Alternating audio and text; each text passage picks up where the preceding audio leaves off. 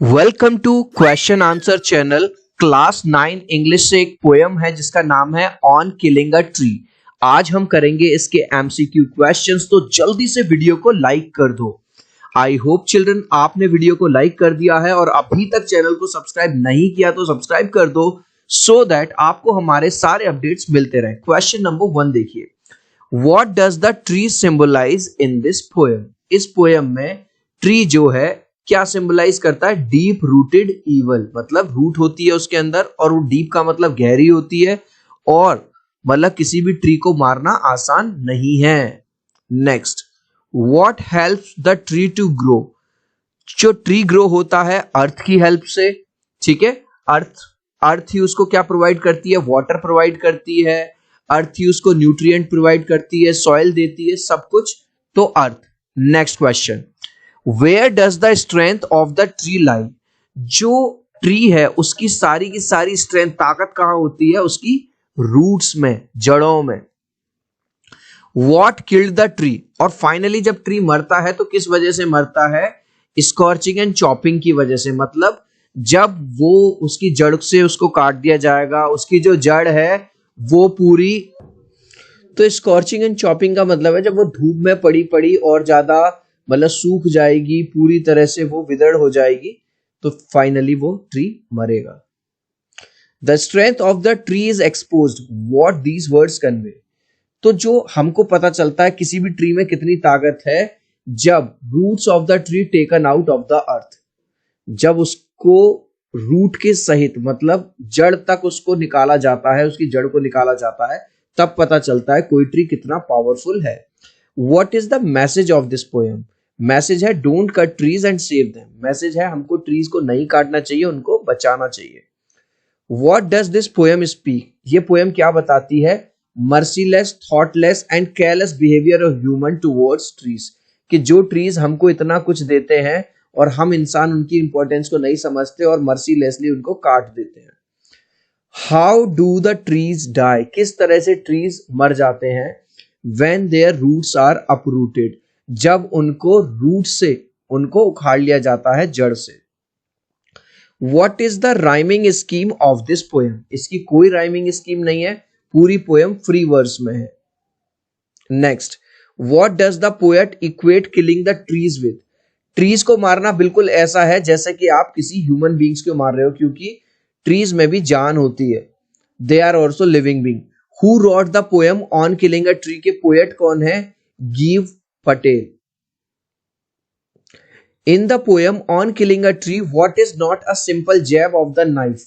ठीक है, on killing a tree, what is not a simple jab of the knife? जैब का मतलब होता है जैसे पेड़ है, आप उस पर कुल्हाड़ी मार रहे हो, ठीक है, तो उससे क्या नहीं होगा? उससे ट्री नहीं मरेगा। What does jab of knife mean in the poem? Jab of knife का मतलब है thrust with the knife। जो पेड़ लगा हुआ है उस पे आप बार बार प्रहार कर रहे हो अपने नाइफ से या एक्स कुल्हाड़ी से। In the poem on killing a tree, the process of killing tree takes। Tree कोई ये नहीं है कि आप गए और बड़े से ट्री को आपने फटाफट से मार दिया, इसमें बहुत ज्यादा मच लॉन्गर टाइम लगता है। What has grown slowly। क्या चीज है जो धीरे धीरे ग्रो किया है? वो है tree. What are the trees absorbing in the poem? वो एयर को एब्जॉर्ब कर रहा है, सनलाइट को एब्जॉर्ब कर रहा है, वाटर को। सो राइट आंसर होगा all of the above.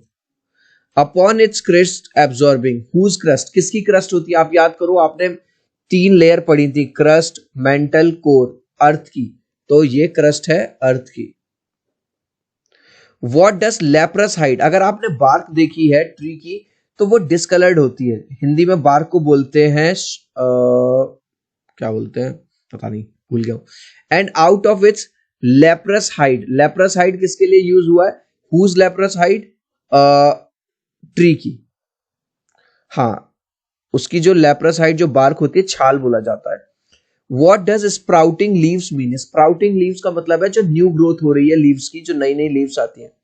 Guys अभी तक इस वीडियो को एक लाइक नहीं किया है तो आपसे रिक्वेस्ट करूंगा, प्लीज यार एक लाइक कर देना। आपके एक लाइक से, एक सब्सक्राइब से बहुत मोटिवेशन मिलता है। मैं 3 तक काउंट करूंगा चिल्ड्रन, प्लीज वीडियो को लाइक कर देना। 1 2 3। आई होप चिल्ड्रन आपने वीडियो को लाइक कर दिया है, चैनल को सब्सक्राइब कर दिया। Thank you guys. Next question, but this alone won't do it. खाली जो जैब है उससे वो मरेगा नहीं, खाली हैकिंग और चॉपिंग से नहीं मरेगा।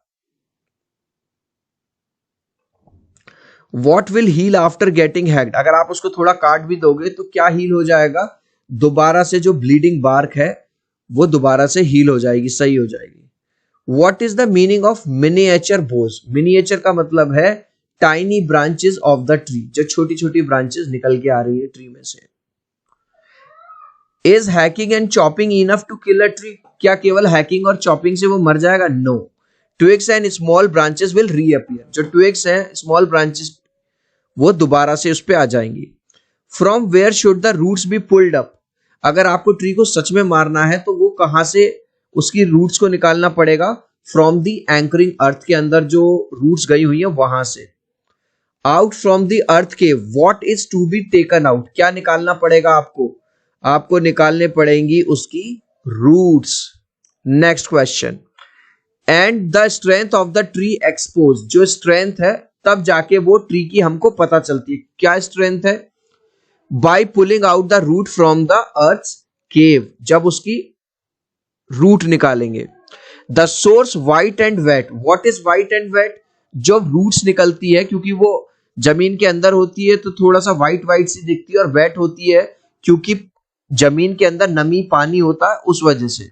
Next question, in the poem on killing a tree the roots are described. Roots को क्या कहा गया है? सेंसिटिव पार्ट कहा गया है। और हिडन। हिडन क्यों है? क्योंकि वो जमीन के अंदर छिपी हुई होती है। The central theme of the poem जो है ऑन किलिंग अ ट्री का ये है कि social enemies should be uprooted. जो भी सामाजिक बुराइयां हैं उनको जड़ से उखाड़ देना चाहिए। In the poem on killing a tree the roots will be scorched and choked under.